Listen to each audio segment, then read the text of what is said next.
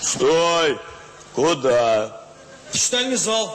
Этот культовый номер КВН, которому уже за 20 лет, помнят многие. История вышибалы из библиотеки зрителям полюбилась. Его, а точнее знаменитую фразу, если речь заходит о хранилище книг, вспоминают и сегодня. Потому что тишина должна быть в библиотеке! Сейчас библиотека не просто место, где читают книги. В Беларуси их 2500. Это социокультурные и инновационные центры. И самый крупнейший – национальная библиотека. Здесь сосредоточено 17% книжного фонда страны. Бібліятэкі сёння становяцца у значнай меры прастораю віртуальнай камунікацыі. Вось, напрыклад, у нацыянальнай бібліятэцы ўжо больш чым 3/4 наведванняў гэта віртуальныя наведванні. Мы маем сітуацыю, калі вось колькасць людзей, которые да нас прыходзяць фізічна, яна амаль не змяняецца за апошнія дзесяцігоддзі, але колькасць віртуальных наведванняў расце проста ў геаметрычнай прагрэсіі. Националка – это читальные и конференц-залы, и даже обзорная площадка, а ее электронный каталог включает 10 миллионов изданий. Здесь есть доступ к базам данных Кембриджского, Оксфордского университетов, крупнейших издательств Европы и России. Также у нас есть база данных российских диссертаций РГБ, база данных иностранных диссертаций компании ProQuest и много-много других информационных ресурсов, которых в библиотеке около 100 наименований. Стоит всего лишь набрать какой-то запрос, например, искусственный интеллект, и нажать поиск.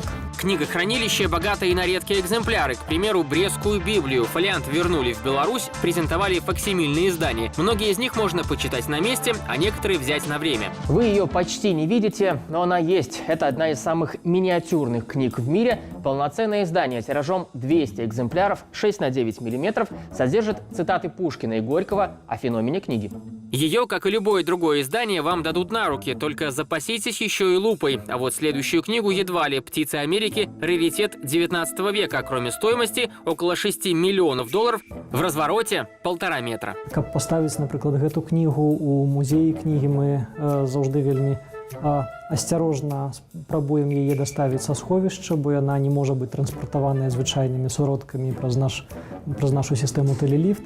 Вельмі асцярожна фіксуем старонкі і пераплёт кнігі ў вітрыне, каб яна выпадкова не была пашкоджаная. Сочым за тэмпературай і вільготнасцю ўнутры вітрыны. Это главный корпус библиотеки.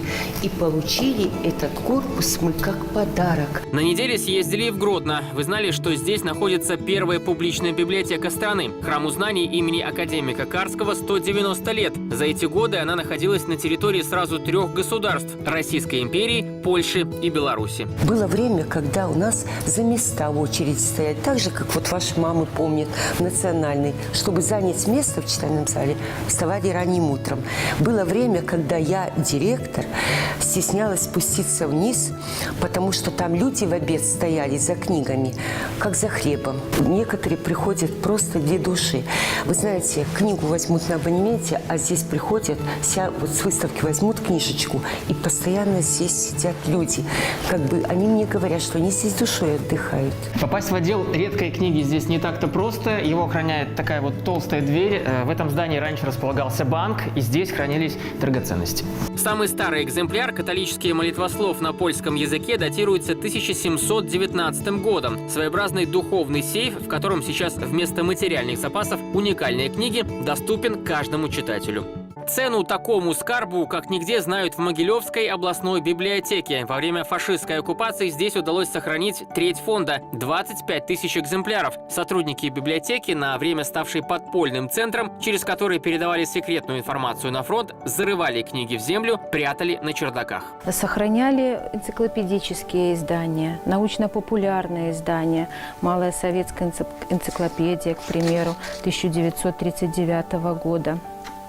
Художественную литературу классиков русской, белорусской литературы, к примеру, сочинения Майкова 1888 года. Мы единственные, кто храним все газеты Могилевской области. Это все районные газеты, начиная с 50-х годов.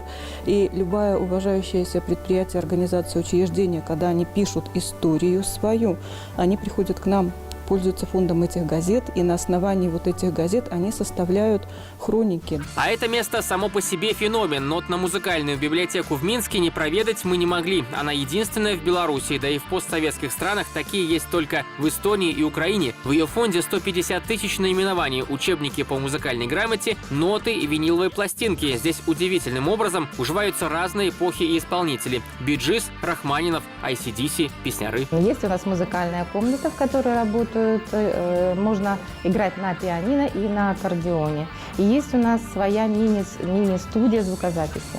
То есть раньше, конечно, она была загружена работой от и до, сейчас намного меньше, но тем не менее пишут с пластинок на любой носитель читателя. Ну, как правило, это флешка.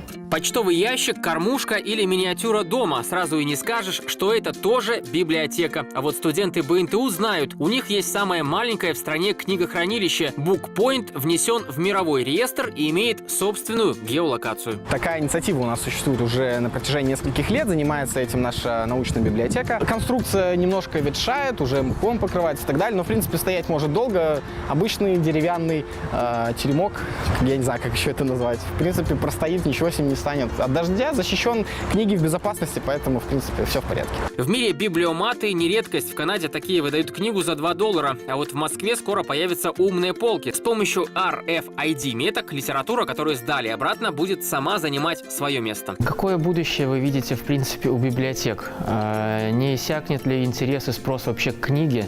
И как должны библиотеки соответствовать как-то веяниям времени? Должна быть информационные ресурсы и рядом книга. И я, как библиотекарь с таким стажем, хочу, чтобы все-таки побеждала книга. Я уверена, пройдут годы, будет оцифрован весь фонд и республики Беларусь библиотек. Какими станут библиотеки через 10-15 лет? Будут ли они в принципе существовать? Что произойдет с печатной книгой? Точки над «и» здесь расставит лишь время. Но ясно одно – продолжение этой истории следует. Дмитрий Боярович, Ирина Недобоева, Андрей Иваненко, Станислав Пекарский, Антон Филонович. Неделя. СТВ.